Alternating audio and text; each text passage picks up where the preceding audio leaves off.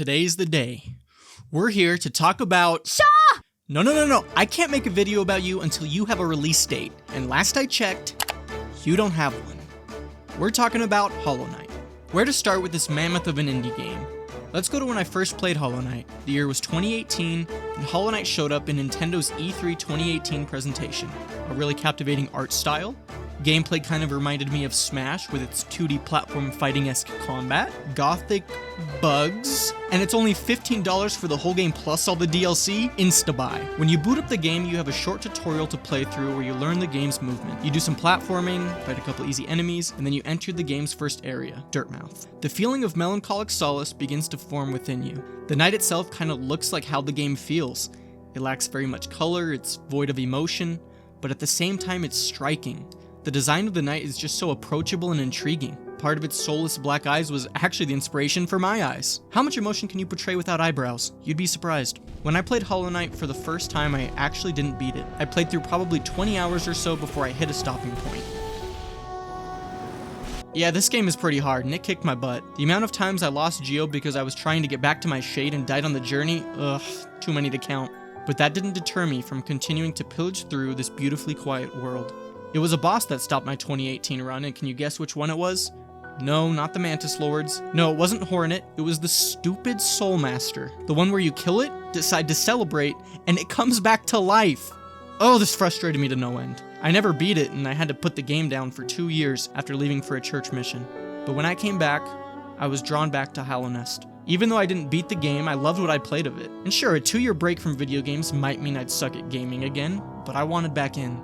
The fact that I wanted to jump back in is impressive for me, because if you know me, when I stop playing a video game, I can't go back to it. The amount of games I've only completed 30 to 60% of and never finished is almost embarrassing to admit, but I was determined to beat Hollow Knight, and beat it I did.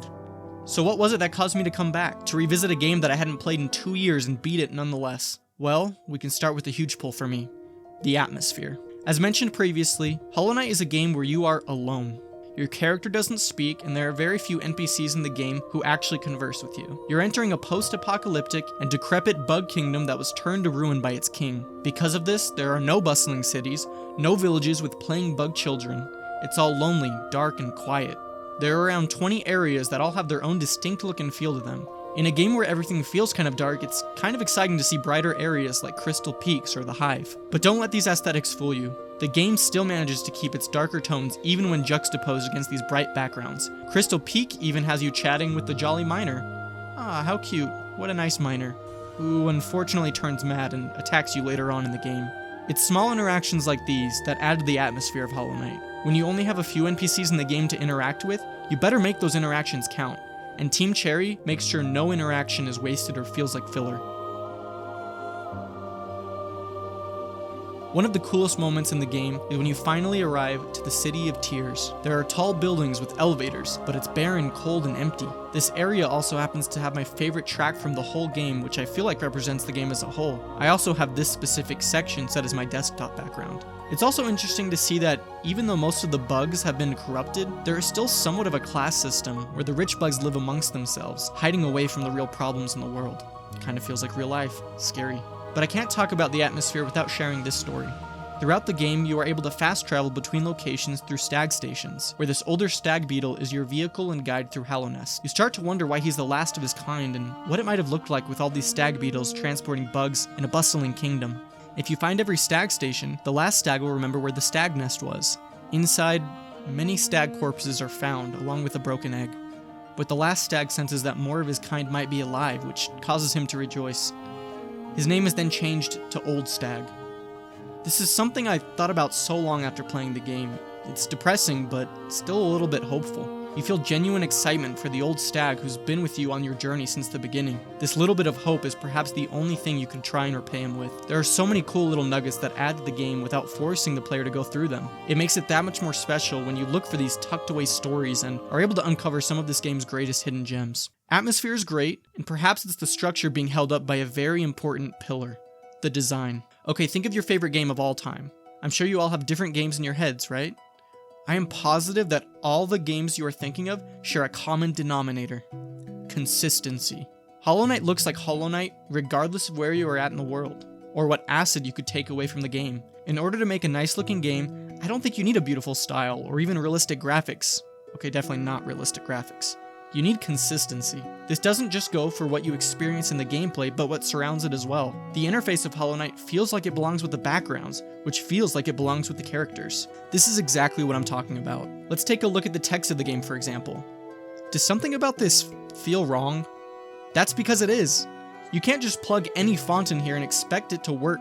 You have to be intentional about the way it feels. The game uses Trahan Pro for these titles, and Perpetua for dialogue. They add to the gothic nature of Hollow Knight. And when I say gothic, I do not mean this. I'm talking about this. Hollow Knight's UI follows its hand-drawn style, but still has structure to it. Art Nouveau